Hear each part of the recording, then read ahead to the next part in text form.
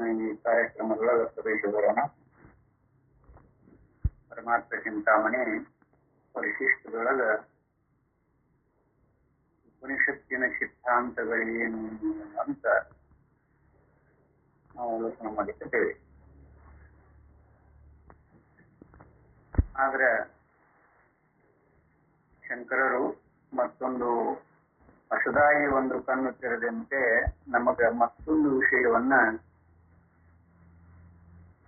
ಶ್ರುತಿ ಪ್ರಮಾಣಗಳನ್ನ ಅಲ್ಲದೆ ಅನುಭವ ಪ್ರಮಾಣವನ್ನು ಸಾರ್ವತ್ರಿಕ ಅನುಭವವನ್ನು ಕೂಡ ನೀವು ಬಳಸಿಕೊಂಡ ಯಥಾರ್ಥ ಸ್ವರೂಪ ನಿಮಗೆ ಗೊತ್ತಾಗ್ತತಿ ಅನ್ನುವಂಥ ಮಾತನ್ನ ವಿಷದಪಡಿಸಿಕೊಂಡು ಬಂದಾರ. ಶಂಕರಾಚಾರ್ಯರು ಶ್ರುತ್ಯರ್ಥ ನಿರ್ಧಾರಣೆಗೆ ಹಾಕಿಕೊಂಡ ಈ ನಿಯಮದಿಂದ ಜಿಜ್ಞಾಸುಗಳಿಗೆ ಹೊಸದಾಗಿ ಒಂದು ಕಣ್ಣು ತೆರೆದಂತೆ ಆಯಿತು. ಯಾವುದದು? ಅನುಭವ ರೂಪದೊಳಗೆ ಅದೇ ಶ್ರುತಿ ಪ್ರಮಾಣಗಳನ್ನ ಯುಕ್ತಿ ಅನುಭವಗಳಿಂದೊಡಗೂಡಿ ಯಾರು ವಿವೇಕ ಮಾಡ್ತಾರ ಅವ್ರಿಗೆ ನೇರವಾಗಿ ಆತ್ಮತತ್ವ ದಕ್ಕುತ್ತೆ ಅನ್ನುವಂತ ಭರವಸೆಯನ್ನ ಶಂಕರರು ನಮಗೆ ಕೊಡ್ತಾರೆ ಇಲ್ಲಿ. ಆದ್ದರಿಂದ ಅವರ ಈ ಆಚಾರ್ಯರ ಬರೀ ವಿಧಿಯಿಂದಲೇ ವೇದತ್ತು ಸಿದ್ಧವಾಗುವುದಿಲ್ಲವೆಂಬುದನ್ನು ತಿಳಿಸಿಕೊಂಡರು. ಅದೇ ವಿಧಿ ಪಡಿಸಿಕೊಂಡು ವೇದಗಳು ಏನ್ ಹೇಳ್ತಾರ ಅದನ್ನು ಅನುಸರಿಸಿಕೊಂಡು ಅರ್ಥ ನಾವು ಅನುಸರಿಸಿಕೊಂಡು ಬಂದ್ರೆ ಆಗುದಿಲ್ಲ. ಜಿಜ್ಞಾಸಿಗಳು ಏನ್ ಮಾಡಬೇಕು ಅಂದ್ರೆ ಇದು ನಮ್ಮ ಅನುಭವದಲ್ಲಿ ಪರ್ಯವಸಾನ ಆಗ್ತತ್ತೋ ಇಲ್ಲೋ ಅಂತ ನೋಡ್ಕೊಳ್ಳೋದು ಆಚಾರ್ಯರ ಕರ್ತವ್ಯ ಅಲ್ಲ. ಸಾಧಕ ಯಾರು ಇರ್ತಾನ ಅವ ಅದನ್ನು ಅನುಭವದೊಳಗೆ ಇದು ಯುಕ್ತಿಗೆ ಅನುಭವಕ್ಕೆ ಹೊಂದುಗಡೆ ಆಗುತ್ತೋ ಇಲ್ಲೋ ಈ ಶ್ರುತಿ ಪ್ರಮಾಣ ಅಂತ ನೋಡ್ಕೊಳ್ಳೋ ವ್ಯವಧಾನ ಸಾಧಕನಿಗಿರ್ಬೇಕು. ಅದನ್ನು ನೋಡೋದೇ ಇಲ್ಲ. ಸಾಧಕರು ಯಾವ ಅರ್ಥ ಶೋಷಣೆಗಳನ್ನ ಅಥವಾ ಪ್ರಮಾಣಗಳನ್ನ ನಾನತ್ವದಿಂದೊಡಗೂಡಿಯ ನಾನತ್ವದಲ್ಲಿನ ಪರ್ಯವಸಾನ ಮಾಡ್ಕೊತಾರ. ಆ ಬುದ್ಧಿ ಸಮಾಧಾನ ಆತು ಅಂದ್ರೆ ಸಾಕು. ಆ ಬುದ್ಧಿಗೆ ನಾನು ತಿಳಿದೆ ಅಂತ ಅನಿಸಿದ್ರೆ ಸಾಕು ನೋಡಿ, ಕೈ ಬಿಟ್ಟು. ಈ ಯುಕ್ತಿ ಅನುಭವಕ್ಕೆ ಹೊಂದುಗಡೆ ಆಗಿತ್ತೋ ಇಲ್ಲೋ ಅಂತ ನೋಡಿಕೊಳ್ಳುವಷ್ಟು ವ್ಯವಧಾನ ಸಾಧಕನಲ್ಲಿ ಬರಬೇಕು. ಅದನ್ನು ಮಾಡೋದೇ ಇಲ್ಲ. ಪ್ರಮಾತೃವಿನನ್ನು ಇಟ್ಟುಕೊಂಡು ಅವಸಾನ ಎಲ್ಲಿ ಮಾಡ್ಕೋತಾರ ಅಂದ್ರೆ ಪ್ರಮಾತೃವಿನಲ್ಲೇ ಅವಸಾನ ಮಾಡ್ಕೊತಾರೆ. ಇದೇ ದೊಡ್ಡ ತೊಡಕಿದು ಸಾಧಕನಲ್ಲಿ. ಬುದ್ಧಿ ನನಗೆ ತಿಳಿತು ಅಂತ ಅನಿಸ್ಬಿಡ್ತದೆ, ನಮ್ಮನ್ನು ಅನಿಸ್ತದೆ. ಸಾಕ್ಷಿ ಅಂದ್ರೆ ಯತ್ರ ಸ್ವಪ್ನ ಸುಸುಪ್ತಿಗಳನ್ನು ನೋಡುವವ ಅಂತ ತಿಳಿತಲ್ಲ ಬುದ್ಧಿ. ಬಿಟ್ಬಿಡ್ದ. ಯಾಕಂದ್ರೆ ಅದೇ ಆಧಾರವನ್ನಿಟ್ಟುಕೊಂಡು ಬೇಕಾದಷ್ಟು ಪ್ರತಿಪಾದನೆ ಮಾಡ್ಕೊತ ಹೊರಟುಬಿಡ್ತಾರೆ. ಅದು ಹಾಗಲ್ಲ. ಅದು ಯುಕ್ತಿ ಅನುಭವಗಳಿಗೆ ಯಾವ ರೂಪದಲ್ಲಿ ಅದು ಅನುಭವದಲ್ಲಿ ಪರ್ಯವಸಾನ ಆಗ್ತತಿ ಅಂತ ನೋಡ್ಕೋಬೇಕಿಲ್ಲ. ಈ ಪ್ರಮಾತೃವಿನ ಸಮಾಧಾನಕ್ಕ ಜಿಜ್ಞಾಸ ಮಾಡಿದ್ರೆ ಅದು ನೀವು ಒಂದು ದಿನ ಅಲ್ಲ, 2 ದಿನ ಅಲ್ಲ, ಎಷ್ಟು ವರ್ಷ ಎಷ್ಟು ಜನ್ಮ ಕೇಳಿದ್ರು ಅದು ಆಗುದಿಲ್ಲ. ಯಾರಿಗೆ ಯುಕ್ತಾನುಭವಗಳಲ್ಲಿ ಪರ್ಯವಸಾನ ಮಾಡಿಕೊಂಡು ವೇದದ ಪ್ರಮಾಣಗಳಿರಬಹುದು, ಶ್ರುತಿ ಪ್ರಮಾಣಗಳಿರಬಹುದು, ಅಂತಃಕರಣ ಬಯಸ್ಕೊಡ್ಲಿ, ಬೇಡ ಅಂದಿಲ್ಲ ಅವರು. ಆದ್ರೆ ಬುದ್ಧಿ ನನಗೆ ತಿಳಿತು ಅಂದ್ಗಳನ್ನ ಕೈ ಬಿಡ್ಬೇಕಿಲ್ಲ. ಅವರ ಅಭಿಪ್ರಾಯ ಏನು? ಬುದ್ಧಿಗೆ ಗೋಚರ ಆಗತನ ಸುಮ್ಮನೆ ಉಳಿದು ಬಿಡು, ತಿಳ್ಬೇಕಲ್ಲ ನನಗ. ಪ್ರಮಾತೃ ಅಂದ್ರೆ ನಾನು ಎತ್ತರದ ಅವಸ್ಥೆಯೊಳಗಿರುವಂತ ಅಂತಃಕರಣ, ಇಂದ್ರಿಯ, ಶರೀರ ಇವೆಲ್ಲವನ್ನ ವ್ಯಾಪಿಸಿಕೊಂಡಿರ್ತಾನ. ಅವನ ವ್ಯವಹಾರ, ಅವನ ಸದ್ಯ ಸ್ಥಿತಿಯೊಳಗನ ಇದೆಲ್ಲ ಇಟ್ಕೊಂಡೈತಿ ಅಂತ ಬುದ್ಧಿಗೆ ನಿರ್ಣಯ ಆಗಿಬಿಡುತ್ತೆ. ಆದ್ರೆ ಪ್ರಮಾತೃ ಅನುಭವದೊಳಗೆ ನೋಡಿ ಬುದ್ಧಿನ ನಮ್ಮನ್ನ ಸಬಲ ಮಾಡಿಸಿ ಅಣಿಸ್ಬಿಡತ್ತ. ಆದ್ರೆ ಅನುಭವ ಯುಕ್ತಿಗಳನ್ನ ಅನುಭವ ಎಲ್ಲಿ ಪರ್ಯವಸಾನ ಮಾಡ್ಕೋಬೇಕು ಅಂತ ನೋಡ್ಕೋಬೇಕು. ಈಗ ನಾನು ಇಂದ್ರಿಯಾದಿಗಳನ್ನಿಟ್ಟುಕೊಂಡು ಅಂತಃಕರಣಾದಿಗಳನ್ನಿಟ್ಟುಕೊಂಡು ವ್ಯವಹಾರ ಮಾಡಬೇಕಲ್ಲ,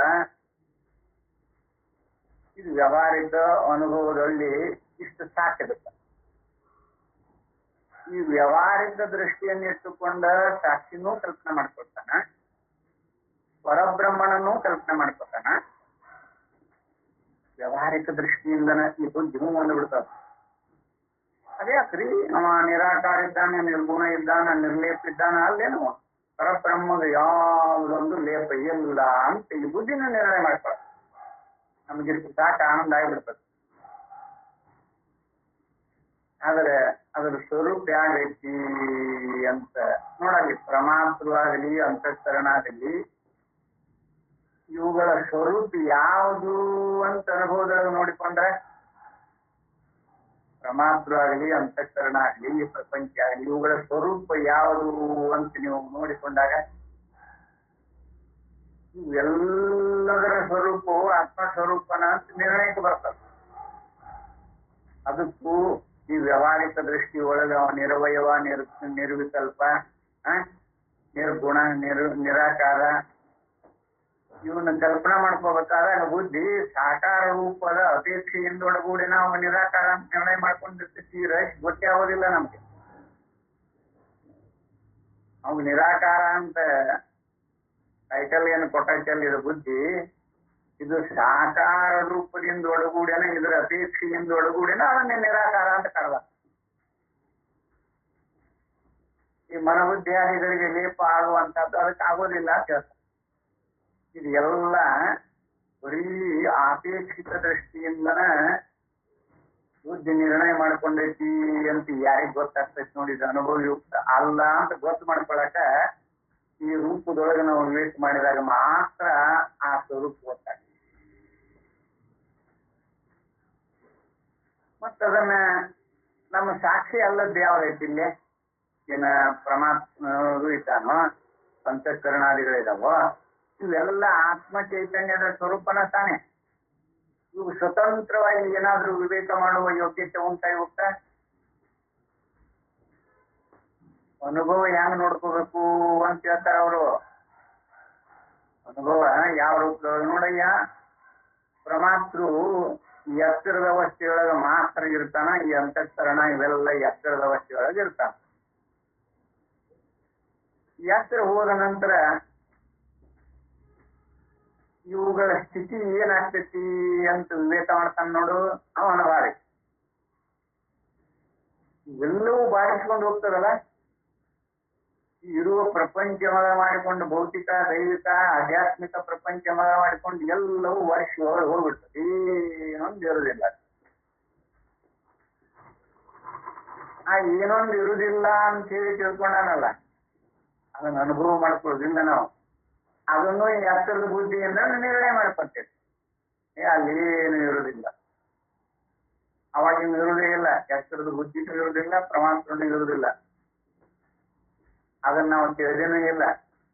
ಅಲ್ಲಿ ಏನೊಂದು ಇಲ್ಲ ಅನ್ನೋದು ಅನುಭವ. ಅದು ಆ ಅನುಭವ ಯಾವ ರೂಪದೊಳಗೆ ಇಟ್ಟುಕೊಂಡಿದೆ ನೋಡಿ. ಇವೆಲ್ಲವೂ ಮತ್ತಿವು ತೋರುವಾಗನೂ ಕೂಡ ಆತ್ಮ ಚೈತನ್ಯದ ಅಧ್ಯಸ್ಥಿತಿಯೊಳಗನ ಇದ್ದುಕೊಂಡ ತೋರ್ತಿರ್ತದ ವಿನ ಇದು ಬರೀ ಕಲ್ಪಿತ. ನಾನೆಂಬುವುದಾಗಲಿ, ಅಂತಃಕರಣ ಎಂಬುವುದಾಗಲಿ, ಇಂದ್ರಿಯಗಳು, ಪ್ರಪಂಚ ಇವೆಲ್ಲವೂ ಕಲ್ಪಿತನೇ. ಯಾವುದ್ರೊಳಗೆ? ಆತ್ಮ ಚೈತನ್ಯದ ಆಭಾಸದೊಳಗೆ ಕಲ್ಪನೆ ಮಾಡ್ಕೊಂಡ. ಆತ್ಮನೊಳಗೆ ಕಲ್ಪನಾ, ಸಂಕಲ್ಪ, ವಿಕಲ್ಪಾದಿಗಳು ಇರುವುದಿಲ್ಲ. ಯಾವ ಕಲ್ಪನೆಗೂ ಅಲ್ಲಿ ಆಸ್ಪದ ಇರುವುದಿಲ್ಲ. ಬರೀ ಪ್ರಕಾಶ ರೂಪವಾಗಿ ಇದ್ದುಕೊಂಡದ. ಆ ಪ್ರಕಾಶ ಒಂದರ ಆನಂದ ಪಡ್ಕೋಬೇಕಲ್ಲ ನಾವು. ಆ ಸೂರ್ಯ ಏನಾದ್ರೂ ಕ್ರಿಯೆ ಮಾಡಿ ಬೆಳಗ್ತಾನೇನು? ಬೆಳಕಿನ ರೂಪದಾಗ ಅವನು ಇರುವಂಗೆ ಇದ್ದಾನ. ಆಗನ ಆತ್ಮ ತಾನು ಇರುವಂತೆ ಇದ್ರೂ ಕೂಡ ಅವನನ್ನು ಅನೇಕ ರೂಪದ ಕಲ್ಪನೆಗಳಿಂದ ಒಳಗೂಡಿ ನಾನಂತ ಕಲ್ಪನಾ ಮಾಡ್ಕೊಂಡಿದ್ವಿ. ಅಂತಃಕರಣಾದಿಗಳು ಅಂತ ಕಲ್ಪನಾ ಮಾಡ್ಕೊಂಡಿದ್ವಿ. ಎಲ್ಲವೂ ಅದ ಪ್ರಕಾಶದ ಮಹಾಪೂರ್ವದೊಳಗ ತೋರುವಂಥ ಸ್ಥಿತಿಗತಿಗಳಿವು. ಯಾವುದು ಮಹಾಪೂರ್ ಯಾವುದು? ಅದೇ ಆತ್ಮ ಚೈತನ್ಯ ಪ್ರಕಾಶವನ್ನ ಈ ರೂಪದೊಳಗೆ ನೋಡೋದು ಪ್ರವಾಹ ಹರಿತಿರ್ತದೆ. ಅದು ಹರಿತೈತಿ ಅಂದ್ರೆ ಎಲ್ಲವನ್ನು ವ್ಯಾಪಿಸಿಕೊಂಡು ಐತೆ. ಅದರಲ್ಲಿ ಗಮನಾಗಮನಗಳು ಇಲ್ಲ. ಇದನ್ನು ಕಲ್ಪನಾ ಮಾಡಿಕೊಂಡದ್ದು ಇದ ಬುದ್ಧಿ. ಆ ಪ್ರವಾಹ ಹರಿತೈತಿ ಅಂತ ಕಲ್ಪನಾ ಮಾಡಿಕೊಂಡದ್ದು ಇದ ಬುದ್ಧಿ. ಅದೇ ಪ್ರಕಾಶವನ್ನು ಇನ್ನೊಂದು ರೂಪದೊಳಗೆ ವ್ಯವಹಾರ ಮಾಡ್ಕೊಂಡೈತಿ. ಇದನ್ನ ನಿಧಾನವಾಗಿ ಶಂಕರರು ವಿಧಿಪಡಿಸಿರಲಿಲ್ಲ. ಯುಕ್ತಿ ಅನುಭವಗಳಿಂದಲೂ ಸಿದ್ಧಾಂತವನ್ನು ತೋರಿಸಿಕೊಡುವುದಕ್ಕೆ ಯತ್ನವನ್ನು ಮಾಡುತ್ತಿರುವರೆಂಬುದು ಆಯಿತು. ಅದಕ್ಕೆ ಅವರು ಸಿದ್ಧಾಂತ ನೋಡಿ ಯುಕ್ತಿ ಅನುಭವಗಳನ್ನು ಅನುಸರಿಸಿಕೊಂಡು ಯಾವ ಪ್ರಮಾಣ ಇಲ್ಲ. ಬರೇ ಬುದ್ಧಿ ಹೇಳಿತು, ಬುದ್ಧಿಗೆ ತಿಳಿತು ಅಂತ ಕೈ ಬಿಟ್ರಿ ಅಂದ್ರ ಆ ಬುದ್ಧಿ ಎಷ್ಟೋ ತನಕ ಇರ್ತದೆ. ಅಂದ್ರ ಎತ್ತರದ ಅವಸ್ಥೆ ಇರೋ ತನಕ ಇರಬಹುದು, ಆಮೇಲೆ ಇರುತ್ತಾರ. ಆದ್ರೆ ನಿಮ್ಮ ಸಾಕ್ಷಿ ಇರುವ ಯಾವಾಗ ಇಲ್ದಂಗ ಐತಿ ಹೇಳ. ಅದಕ್ಕೆ ಅಲ್ಲಿ ಪರ್ಯವಸಾನ ಮಾಡ್ಕೋಬೇಕು ಅನ್ನುವಂತ ಮಾತನ್ನು ಹೇಳ್ತಾರೆ. ಈ ಸಿದ್ಧಾಂತದಲ್ಲಿ ವೇದಕ್ಕಿರುವ ಪ್ರಾಮಾಣ್ಯವನ್ನು ಮತ್ತಷ್ಟು ಬಲಪಡಿಸಿದೆಯೇ ಹೊರತು ಶಬ್ದ ಪ್ರಾಮಾಣ್ಯವನ್ನೇನು ಕಡಿಮೆ ಮಾಡಿರುವುದಿಲ್ಲ. ಶಬ್ದ ಪ್ರಾಮಾಣ್ಯವನ್ನು ಏನು ಕಡಿಮೆ ಮಾಡಿಲ್ಲ. ಯಥಾರ್ಥವಾಗಿ ವೇದಕ್ಕಿರುವ ಪ್ರಾಮಾಣ್ಯವನ್ನು ಮತ್ತಷ್ಟು ಬಲಪಡಿಸಿಕೊಳ್ಳುವುದಕ್ಕೆ ಈ ಯುಕ್ತಿ ಅನುಭವಗಳನ್ನು ಬಳಸಿಕೊಂಡರೆ ವಿನ ಅದಕ್ಕೆ ಇಲ್ಲಿ ಸುರೇಶ್ವರಾಚಾರ್ಯರು ಹೇಳಿರುವುದೇನೆಂದರೆ ನಚ ವೇದೋಕ್ತಿದೋ ವೇದ ಶ್ರೇಷ್ಠೇಯಾರ್ಥ ಜೀವೋಚ್ಯತೆ. ವೇದೋಕ್ತಿಯಂ ಒಂದೇ ಕಾರಣದಿಂದ ವೇದೋಕ್ತಿ ಎಂಬ ಒಂದೇ ಕಾರಣದಿಂದ ವೇದವನ್ನು ನಂಬಬೇಕೆಂಬುದು ಆಚಾರ್ಯರ ಮತವಲ್ಲ. ವೇದ ಹೇಳತಿ ಅಂತ ಅದು ಒಂದೇ ಕಾರಣದಿಂದ ಅದನ್ನ ನಂಬಬೇಕು ಅಂತೇಳೇನಿಲ್ಲ. ಮತ್ತೊಂದು ರೀತಿಯಿಂದ ಅರಿಯುವುದಕ್ಕಾಗದ ವಿಷಯವನ್ನು ಅಬಾಧಿತವಾಗಿ ತಿಳಿಯಪಡಿಸುವುದರಿಂದಲೇ ವೇದವು ಪ್ರಮಾಣವೆನಿಸಿರುತ್ತದೆ. ವೇದದಲ್ಲಿ ಹೇಳಿರುವುದು ಅನುಭವ ಸಿದ್ಧವಾದ ಅರ್ಥವಾಗಿರುತ್ತದೆ. ವೇದದೊಳಗೆ ಏನ ಹೇಳಿದ್ರು ಅನುಭವ ಸಿದ್ಧ ರೂಪದಿಂದೊಡಗೂಡಿನ ವೇದ ಪ್ರತಿಪಾದನೆ ಮಾಡ್ಕೊಂಡು ಬಂತು. ಉಪನಿಷತ್ತಾಗಲಿ ವೇದ ಆಗಲಿ ಆ ರೂಪದೊಳಗ ನಾವು ಹೇಳ್ಕೊಂಡು ಬಂದೈತಿ. ಆಗ ನಾವು ಅನುಭವ ಕೈ ಬಿಟ್ಟೇವಿ. ಬರೀ ವಿಷಯ ಶಬ್ದ ಅರ್ಥಗಳನ್ನು ಶಬ್ದಕ್ಕನ ಪ್ರಾಧಾನ್ಯತೆ ಕೊಟ್ಟು ನಾವು ವ್ಯವಹಾರ ಮಾಡ್ಕೊಂಡು ಬಂದಿತ್ತು ಆಗಿದೆ. ಅದಕ್ಕೆ ನಮಗೆ ಉಪನಿಷತ್ತಿನ ವ್ಯಾಖ್ಯಾನಗಳು ಅರ್ಥೈಸಿಕೊಳ್ಳಕ್ಕಾಗೋದಿಲ್ಲ. ಬುದ್ಧಿ ತಿಳಿಸಿ ಬುದ್ಧಿ ಹೂ ಅನಿಸ್ಬಿಡ್ತಾರೆ. ಆದರೆ ಉಪನಿಷತ್ತುಗಳಲ್ಲಿ ಹೇಳಿರುವುದು ಆಯಾ ಋಷಿಗಳ ಮತ್ತು ಸಾರ್ವತ್ರಿಕವಾದ ಅನುಭವದ ತಳಹದಿಯ ಮೇಲೆ ನಿಂತಿರುತ್ತವೆ. ಸಾರ್ವತ್ರಿಕವಾಗಿರುವಂತ ಅನುಭವದ ತಳಹದಿ ಮೇಲನ ಉಪನಿಷತ್ ಪ್ರಮಾಣಗಳಾಗಲಿ ವೇದದ ಪ್ರಮಾಣಗಳಾಗಲಿ ಇಟ್ಟುಕೊಂಡಿದೆ ಅನ್ನೋದನ್ನು ನಾವು ಮರಿಬಾರದು. ಅದನ್ನ ಆ ರೂಪದೊಳಗೆ ಬೋಧ ಮಾಡಕ್ಕೆಲ್ಲ ಅದನ್ನು ಹೊಂದಿಸಿಕೊಳ್ಳಕ್ ನೋಡ್ಬೇಕು. ಅದು ಸಾಧಕನ ಕರ್ತವ್ಯ. ಸಾರ್ವತ್ರಿಕವಾದ ಅನುಭವದ ತಳಹದಿಯ ಮೇಲೆ ನಿಂತಿರುತ್ತದೆ. ಆದ್ದರಿಂದ ಸರಿಯಾದ ಅಧಿಕಾರಿಗೆ ವೇದಾಂತ ವಾಕ್ಯದಿಂದ ಅವಶ್ಯವಾಗಿ ಅನುಭವವಾಗಿಯೇ ತೀರುತ್ತದೆ. ವೇದಾಂತ ವಾಕ್ಯಗಳನ್ನ ಅನುಭವಕ್ಕನುಸರಿಸಿಕೊಂಡ ನೋಡಿದರೆ ಅದು ನಮ್ಮ ಅನುಭವದೊಳಗೆ ಸಿದ್ಧಾರ್ಥಿ. ಅದಕ್ಕೆ ಯಾವ ಸಂದೇಹಗಳು ಇಲ್ಲ, ಯಾವ ಸಂಶಯಗಳು ಉಳಿಯುವುದಿಲ್ಲ. ಉಪನಿಷತ್ತುಗಳನ್ನು ಕೈಬಿಟ್ಟು ತಾನೇ ವಿಚಾರ ಮಾಡಿದರೆ ಈ ತತ್ವ ತಿಳಿಯಲಾರದೆ ನೋಡ ಎಂತ ಮಾಡ್ತಾರ.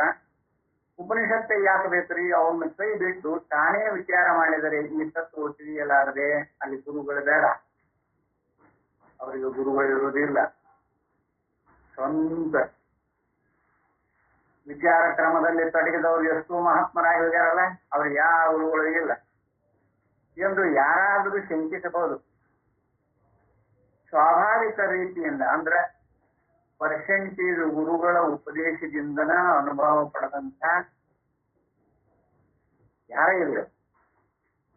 ಗುರುಮುಖೇನ ಅದನ್ನ ಸಿದ್ಧ ಮಾಡ್ಕೊಂಡಾಗ ಬಹುಸಂಖ್ಯೆ ಹಿಡಿತಾರೆ. ಎಲ್ಲಿ ಒಬ್ರು ಅಪ್ಪಿ ತಪ್ಪಿ ರಮಣರಂತವ್ರು ಗುರುಗಳು ಇಲ್ಲ, ಅವ್ರ ಅನುಭವವನ್ನು ಕಂಡಿಲ್ಲ ಅಂತಲ್ಲ, ಗುರುಗಳಿಲ್ಲ ಅಂದ್ರೆ ಅನುಭವನ ಆಗುದಿಲ್ಲ ಅಂತ ಹೇಳಿ ಏನಿಲ್ಲ, ಅದೇನು ವಿಧಿಪಡಿಸಿಲ್ಲ. ಸ್ವಾಭಾವಿಕ ರೀತಿಯಿಂದ ನೋಡಿದ್ರೆ ಇದು ಸಾಧ್ಯವಿಲ್ಲ ಅಂತ. ಯಾಕಂದ್ರೆ ಬಹುಜನರು ಗುರುಗಳನ್ನ ಕಂಡುಕೊಂಡಾರಲ್ಲ, ಅಂದಮೇಲೆ ಅದು ಸಾಮಾನ್ಯವಾಗಿ ಎಲ್ಲೋ ಒಬ್ಬ ಪುರುಷ ಮಹಾತ್ಮ ಇರ್ತಾನ. ಆದರೆ ಒಂದು ವೇಳೆ ಯಾರಿಗಾದರೂ ಹಾಗೆ ತತ್ವ ಮನದಟ್ಟಾದರೂ, ಒಂದು ವೇಳೆ ಗುರುನೂ ಇಲ್ಲ, ಉಪನಿಷತ್ತುಗಳನ್ನು ಬಳಸಿಲ್ಲ ಅಂತ ಇಟ್ಕೊಳ್ಳಿ. ಆದರೂ ಆ ಜ್ಞಾನಿಯು ವೇದದಲ್ಲಿ ಹೇಳಿರುವ ಋಷಿಗಳ ಅನುಭವಕ್ಕೆ ಸಮಾನವಾದ ಅನುಭವವನ್ನೇ ಹೊಂದಿದ ಮತ್ತೊಬ್ಬ ಋಷಿ ಎಂದು ಭಾವಿಸಬೇಕಾಗುವುದು. ಅವನನ್ನು ಸಾಮಾನ್ಯ ಅಂತ ತಿಳಿಬೇಡಿ. ಅವಾಗ ಉಪನಿಷತ್ತು ಗೊತ್ತಿಲ್ಲ, ಅವಾಗ ಉಪನಿಷತ್ತು ಗೊತ್ತಿಲ್ಲ, ಉಪನಿಷತ್ತಿನ ಸಿದ್ಧಾಂತ ಎಲ್ಲವೂ ಅವಾಗ ಆತ್ಮತತ್ವ ಮನದಟ್ಟಾಗ್ಯದ. ಆತ್ಮತತ್ವದೊಳಗ ನೆಲೆಯಾಗಿ ನಿಂತಾನವ. ಆದ್ರೆ ಅವನು ಯಾವುದನ್ನು ಅಧ್ಯಯನವನ್ನು ಮಾಡಿಲ್ಲ, ಯಾವ ಗುರುಗಳನ್ನು ಮಾಡಿಕೊಂಡಿಲ್ಲ. ಸಾಕ್ರೆಟಿಸ್ ಯಾವ ಗುರು ಇದ್ದ ನೋಡು, ಅನೇಕ ಜನ ಇದ್ದಾರೆ ರಮಣರು. ಹಿಂದುಗಡೆ ಯಾರು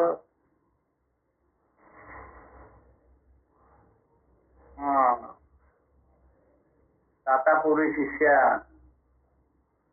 ಯಾವಾಗ ವಿವೇಕಾನಂದರ ಗುರುಗಳು ರಾಮಕೃಷ್ಣ ಪರಮಹಂಸರು, ನೀನೇ ಅಡಿಯಲ್ಲವಾ, ನಿನ್ನ ಬಿಟ್ಟು ಮತ್ತೆ ಗುರುಗಳನ್ನ ಮಾಡ್ಕೋಬೇಕು ಅಂತ ಕೇಳಿದ್ರು. ಇಲ್ಲೂ ನನ್ನ ರೂಪಗಳನ್ನ ತಾತಾಪುರಿ ಅಂತ ಅವಳಿ ಆಯ್ತು ಕಡೆ ಹೋಗು, ಗುರುಗಳಿಲ್ದನ ಅದಾಗೋದಿಲ್ಲ ಅಂತ. ಯಾಕಂದ್ರೆ ಅವನಲ್ಲಿ ಇನ್ನೂ ನ್ಯೂನ್ಯತೆ ಇತ್ತು. ಯಾಕಂದ್ರೆ ಆ ಖಾಲಿ ಮಾತಿಯನ್ನು ಬಿಟ್ರೆ ಮತ್ತೊಂದು ಇಲ್ಲ ಅಂತ ನಾನು ನಂಬಿಟ್ಟಿದ್ದ. ಅದು ಸಾಕಾರ, ಸಗುಣ ಸಾಕಾರ ರೂಪ ಅನ್ನೋದು ಗೊತ್ತಾಗ್ಲಿಲ್ಲ. ಇದು ನನ್ನ ಯಥಾರ್ಥ ರೂಪ ಅಲ್ಲೂ, ಅದು ಬೇರೆ ರೀತಿ ಹೋಗು ಅಂತ ಗುರುಗಳ ಹತ್ರ ಕಳಿಸಿದ್ರು ನೋಡ. ಎಮ್ಮನ ಹೇಳಿದಾಗ ಹೋದವ. ಆಮೇಲೆ ಕೊನೆ ಭಾಗದೊಳಗೆ ಆ ತತ್ವವನ್ನು ಕಂಡುಕೊಂಡ ಅಂತ ಹೇಳ್ತಾನೆ. ಹಾಗ ಗುರುಗಳನ್ನಿಟ್ಟುಕೊಂಡು ತಿಳಿದವರು ಉಂಟು.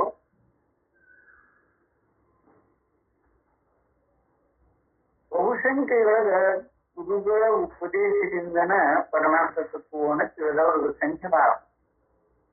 ಎಲ್ಲೋ ಹೊರತು ಒಬ್ಬೊಬ್ಬರು ಇರ್ತಾರೆ. ಆದ್ದರಿಂದ ಅವರನ್ನ ಸಾಮಾನ್ಯರು ಅಂತ ಪರಿಗಣನೆ ಮಾಡಬೇಡ್ರಿ. ಅವ್ರಿಗೆ ಗುರುಗಳೆಲ್ಲ, ಅವ್ರಿಗೆ ಯಾವ ಗುರುಗಳು ಇಲ್ಲ, ಮತ್ತ ಅವನ ಜ್ಞಾನಿ ಆಗ್ತಾನ ಅಂತ ಹೀಗೆ ತಿಳ್ಕೊಬೇಡ್ರಿ. ಅದು ತಪ್ಪೆ. ಯಾವ ನೋಡಿ ಅವಧೂತರ ಸ್ಥಿತಿ ಇರ್ತಾವ, ಅವಧೂತರಿಗೆ ಹೆಚ್ಚಾನೆ ಗುರುಗಳು ಇರುವುದು ಕಡಿಮೆ. ಅವ್ರಿಗೆ ಆ ಸ್ಥಿತಿ ಬಂದ್ಬಿಟ್ಟಿರ್ತೈತಿ. ಅದವ್ರ ಹಿಂದೆ ಸಾಧನ ಮಾಡಿರಬಹುದು ಅಂತ ಇವ್ರು ಕಲ್ಪನಾ ಮಾಡ್ಕೊತಾರೆ. ಹಿಂದೆ ಜನ್ಮಾಂತರದ ಸಂಸ್ಕಾರ ಇತ್ತು ಅವಗಕ್ಕೆ ಸಮಾಧಾನ. ಅವ್ರಿಗೆ ಜನ್ಮಾಂತರ ಇದ್ದದ್ದು ಇವನಿಗೂ ಗೊತ್ತಿಲ್ಲ. ಹಿಂದಿನ ಜೀವನದಾಗ ಬಲವಾಗಿ ಸಾಧನೆ ಮಾಡಿನ ಈಗ ಉಪರತ್ತಿ ಬಂದ್ಬಿಟ್ಟ ನೋಡವ್ರಿಗೆ. ಈ ಕಲ್ಪನಾ ಅದನ್ನ ಯಥಾರ್ಥವಾಗಿ ಅಂತೂ ಅವರನ್ನ ಸಾಮಾನ್ಯರು ಅಂತ ತಿಳಿಬೇಕು. ಋಷಿಗಳೇ ಅಂತ ಪರಿಗಣನೆ ಮಾಡಬೇಕು. ಅವರಿಗೆ ಯಾವ ಉಪನಿಷತ್ತಿನ ಅನುಭವ ಇಲ್ಲ ಅಂದ್ರೂ ಅವರು ಆತ್ಮರೇ. ಉಪನಿಷತ್ತಿನಲ್ಲಿ ಹೇಳಿರುವ ಪರಮತತ್ವವನ್ನು ಉಪನಿಷತ್ತಿನ ಅಪೇಕ್ಷೆ ಇಲ್ಲದೆ ಅರಿತುಕೊಳ್ಳುವುದಕ್ಕಾದೀತೆ. ಇದು ನಿಜವಾದರೆ ಸೌಪನಿಷದಂ ಪುರುಷಂ ಪುರಸ್ಯಾಮಿ, ಆ ಉಪನಿಷತ್ತಿನಲ್ಲಿಯೇ ತಿಳಿಯ ಬರುವ ಪುರುಷನನ್ನು ಹೇಳುತ್ತಲಿದ್ದೇನೆ. ನೋಡ, ಉಪನಿಷತ್ತು ಪುರುಷೋತ್ತಮನನ್ನ ಪುರುಷ ಅಂತ ಕರ್ಕೊಂಡು ಹೇಳಿಕಲ್ಲ, ಆ ಪುರುಷನ್ನ ಅಕಸ್ಮಾತ್ ಆ ಪುರುಷ ಉಪನಿಷತ್ತಿನ ಬೋಧೆಯಿಂದನ ಬರ್ತತೆ ಏನೋ ಅಂತ ಕೇಳ್ತಾನ. ಆ ಉಪನಿಷತ್ತಿನಲ್ಲಿಯೇ ತಿಳಿಯ ಬರುವ ಪುರುಷನನ್ನು ತಿಳಿಯುತ್ತಲಿದ್ದೇನೆ ಎಂಬ ಶ್ರುತಿಯು ಹೇಗೆ ಪ್ರಮಾಣವಾದೀತೋ ಎಂದು ಯಾರಾದರೂ ಕೇಳಬಹುದು. ಇದಕ್ಕೆ ಉತ್ತರವನ್ನು ಹೇಳಿದಂತೆ ಆಗಿರುತ್ತದೆ. ಹೇಗೆಂದರೆ,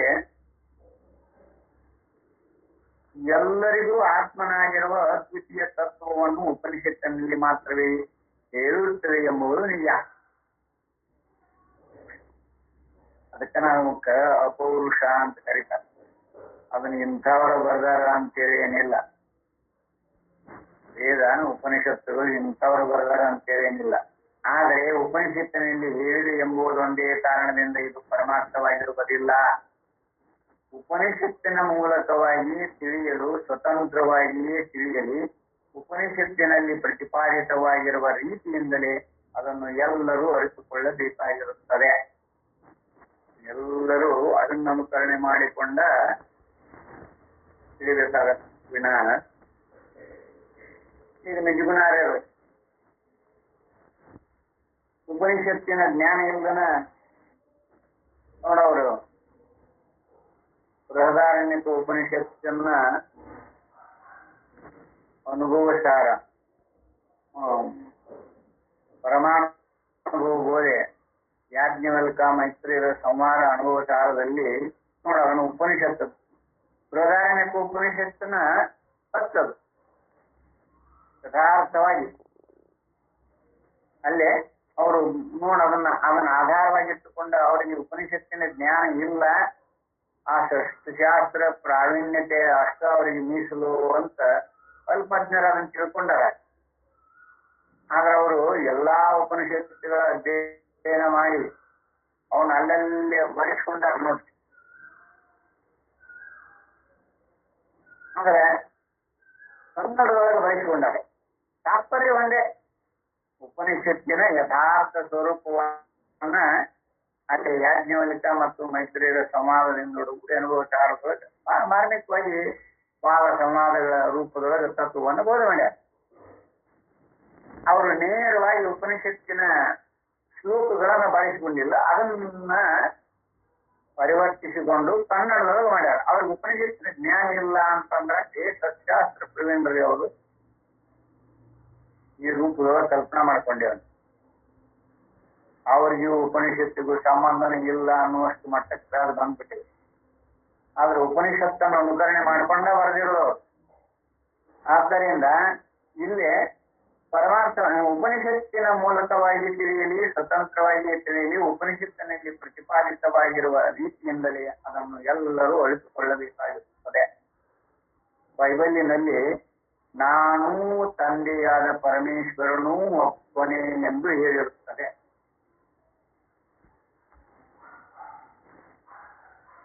ಏನಾಧಾರವಾಗಿ ಇಟ್ಕೊಂಡು ಹೇಳಿದವರು, ನಾನು ತಂದೆಯಾದ ಪರಮೇಶ್ವರನೂ ಒಬ್ಬನೇ, ಪರಮಾತ್ಮ ನನಕ್ಕಿಂತ ಏನು ಭಿನ್ನಲ್ಲ, ನಾನಂದ್ರೆ ಪರಮಾತ್ಮ, ಪರಮಾತ್ಮ ಅಂದ್ರೆ ನಾನು ಅಂತ ಹೇಳಿದವ.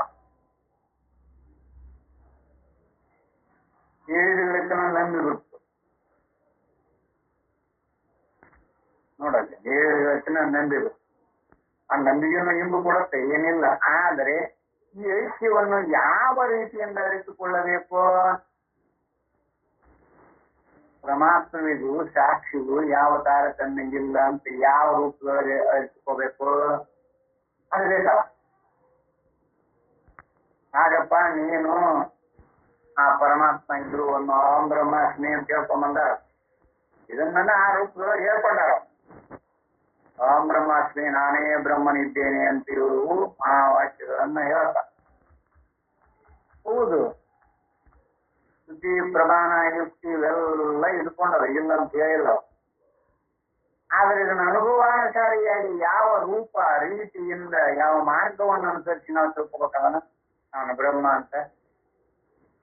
ಸುಮ್ಮನೆ ಹಂಗ ಮಹಾವಾಕ್ಯ ಇಟ್ಕೊಂಡು ಅದನ್ನು ಜಪ ಮಾಡ್ಕೊತ ಕೂತಾಗತ್ತೆ. ಆಂ ಬ್ರಹ್ಮಾಸ್ಮಿ, ಆಂ ಬ್ರಹ್ಮಾಸ್ಮಿ, ಆಂ ಬ್ರಹ್ಮಾಸ್ಮಿ ಅಂದ್ರೆ ಏನಾಗುತ್ತೆ? ಅದಕ್ಕೆ ಯಥಾರ್ಥವಾಗಿ ಆದರೆ ಈ ಐಕ್ಯವನ್ನು ಯಾವ ರೀತಿಯಿಂದ ತಿಳಿದುಕೊಳ್ಳಬೇಕು ಎಂಬುದನ್ನೇನು ಅಲ್ಲಿ ನಾವು ತಿಳಿಸಲಾರೆವು. ಅವರದಕ್ಕೆ ಮುಂದೆ ವ್ಯಾಖ್ಯಾನದ ಏನು ಬೈಬಲ್ನಲ್ಲಿ ಏನೇನು ಕೊಟ್ಟಿಲ್ಲ. ಬರೀ ನಾನು ತಂದೆಯಾದ ಪರಮಾತ್ಮನು ಒಬ್ಬನೇ ಅಂತ ಹೇಳ್ಬೇಕು. ಅದನ್ನ ಯಾವ ರೂಪದೊಳಗ ಅನುಭವಕ್ಕೆ ಅನುಸರಿಸಬೇಕು ಅಂತ ಹೇಳಿಲ್ಲ.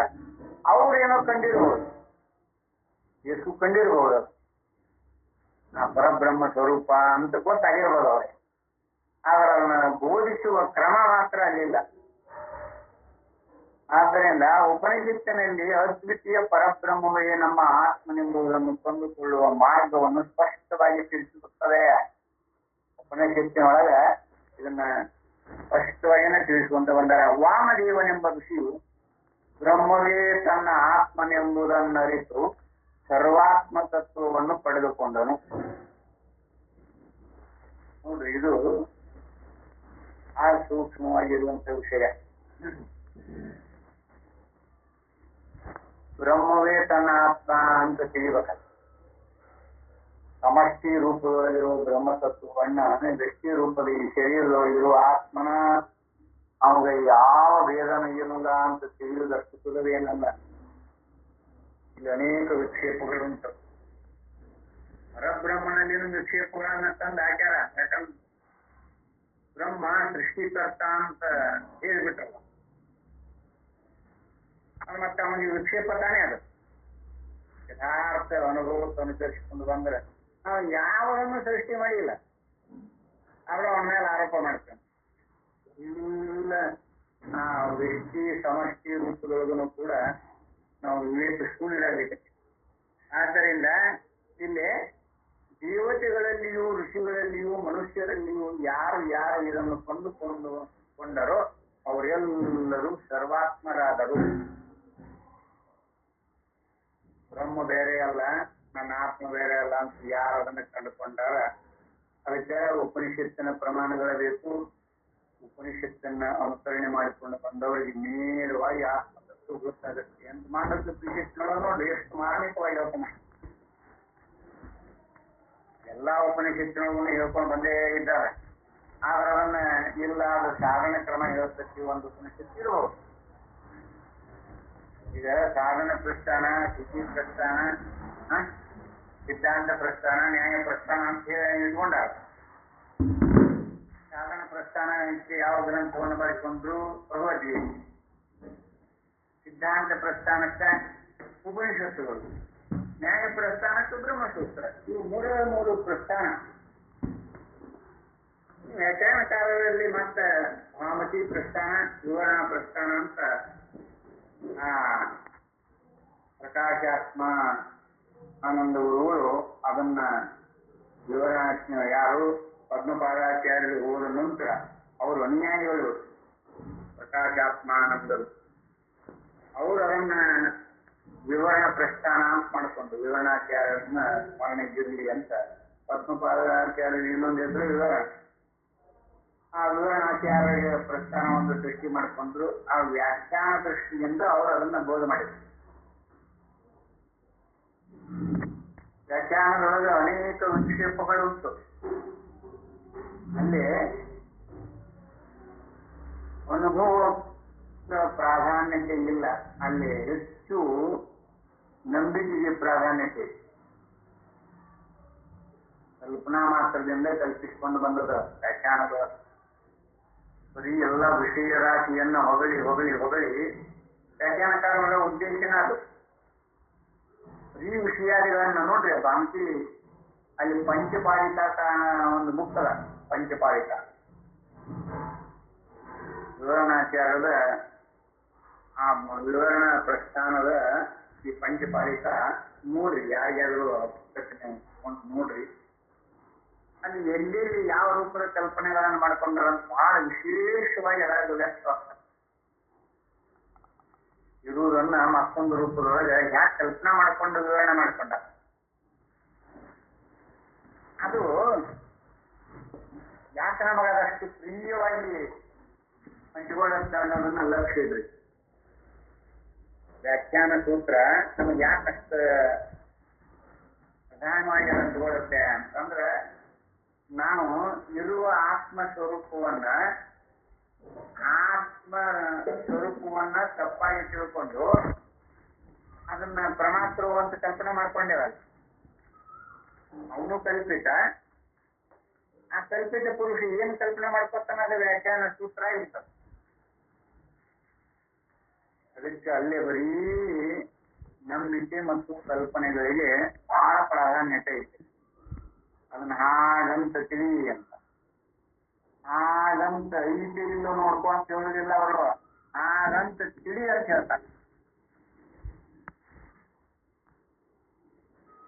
ಇದು ಮೂಲ ಸೂತ್ರ ಆ ಪಂಚಪಾದಿಕಾರೊಳಗೆ ಬಹಳ ಮಾರ್ಮಿಕವಾಗಿ ಅಲ್ಲಿ ಅದನ್ನ ಸಚ್ಚಿದಾನಂದೇಂದ್ರ ಮಹಾಸರಸ್ವತಿ ಸ್ವಾಮಿಗಳು ಬಹಳ ವಿಶೇಷವಾಗಿ ಎಲ್ಲೇ ಯಾವುದನ್ನ ವ್ಯಾಖ್ಯಾನಕಾರರು ಕಲ್ಪಿಸಿಕೊಂಡ್ರು ಅಂತ ಅದ ಅದಕ್ಕೆ ಅಲ್ಲೆಲ್ಲೆಲ್ಲೆಲ್ಲೆಲ್ಲೆ ಅಂಡರ್ಲೈನ್ ಮಾಡಿ ಇಟ್ಕೊಂಡಿದೆ ಬಂದ. ಯಥಾರ್ಥವಾಗಿ ವ್ಯಾಖ್ಯಾನಕಾರರಿಗೆ ಯಾರಲ್ಲೇನ ವ್ಯವಹಾರ ಮಾಡ್ತಾರೆ. ಅಹಮ್ಮಿನ ಆಭಾಸ ಪರಮಾತ್ಮ ರೂಪದಿಂದ ಬುದ್ಧಿ ಮನ ಬುದ್ಧಿ ಚಿತ್ತಾದಿಗಳನ್ನಿಟ್ಟುಕೊಂಡು ವ್ಯವಹಾರ ಮಾಡ್ಕೊಂಡು ಇದು ಬಹಳ ಮನಸ್ಸಿಗೆ ಹಿಡಿಸ್ತತಿ. ಸ್ನೇಹಿತರು ಇರ್ತಾರಲ್ಲ ಬಹಳ ಬಹಳ ಇವ್ರಿಗೆ ಬಹಳ ಒಳ್ಳೆಯದಾಗುವಂಗ ಮಾತಾಡ್ತಿರ್ತಾರೆ. ಅನೇಕ ಸ್ನೇಹಿತರೊಳಗೂ ಅನೇಕ ರೂಪದ ಸ್ನೇಹಿತರು ಇರ್ತಾರಲ್ಲ, ಹಿಂದ ಅಪಾರ ಸಂಪರ್ಕ ಐತಿ, ಅದನ್ನು ಉಪಭೋಗ ಮಾಡೋಣಂತ ಸ್ನೇಹ ಮಾಡೋರು ಉಂಟು, ಇಲ್ಲಪ್ಪ ಅವನು ಶ್ರೇಯಸ್ಸಿಗಾಗಿನ ಸ್ನೇಹ ಮಾಡೋರು ಉಂಟು ಅಲ್ಲ. ಹಾಗನ ನಾವು ಈ ಸೂತ್ರಗಳನ್ನ ವ್ಯಾಖ್ಯಾನ ಸೂತ್ರಗಳನ್ನ ಆಭಾಸ ರೂಪ ದೃಷ್ಟಿಯಿಂದನ ನೋಡ್ರಿ ನೀವು ಸಾಕಷ್ಟು ಉದಾಹರಣೆಗಳನ್ನ ದೃಷ್ಟಾಂತಗಳನ್ನ ಅಲ್ಲಿ ಕೊಡಬಹುದು.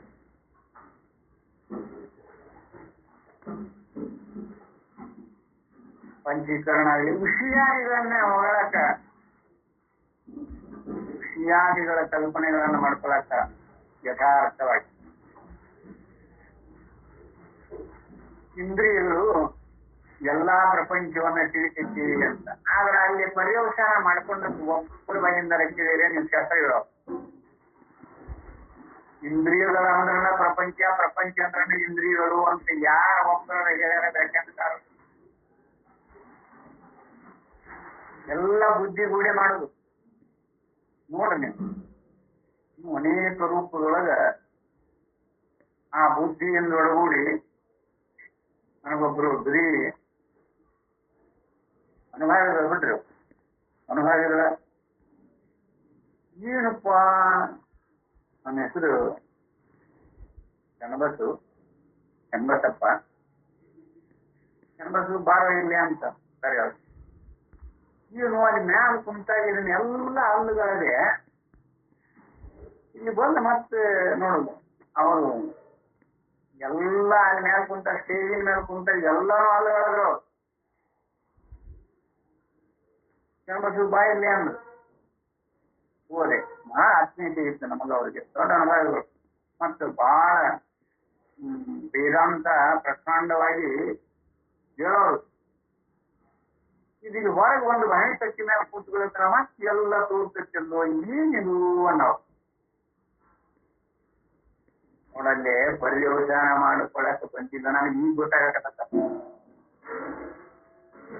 ಅವ್ರಿಗೆ ಜಾತಿ ರೂಪದೊಳಗ ಬಾಯಿ ಶಕ್ತಿ ಅಲ್ಲಿ ಎಲ್ಲ ಸ್ಟೇಜ್ ಮೇಲೆ ಕುತ್ಕೊಂಡು ಎಲ್ಲ ಹೇಳೋರು. ಬಂದ ಬಾಣಿ ಶಕ್ತಿ ಮೇಲೆ ಕುತ್ಕೊಂಡು ಏನು ಇಷ್ಟೊತ್ತನ ಇದೀನಿ ಎಲ್ಲ ಅಲ್ಲಗಳಿಗೆ ಪ್ರಪಂಚನ ಈಗ ಮತ್ತೆ ತೋರ್ತೈತಿಯಲ್ಲ ಏನ್ ಇದ್ದಿತ್ತಿದು ಅಂತ ಶರಣಬಸವ ಬಾಯಿಲ್ಲ ಅಂತ ನನ್ನ ಕಾಲ ಹೇಳಕ್ಕೆ ನನಗೆ ಅವಾಗ ಇದು ಏನೂ ಗೊತ್ತಿರ್ಲಿಲ್ಲ.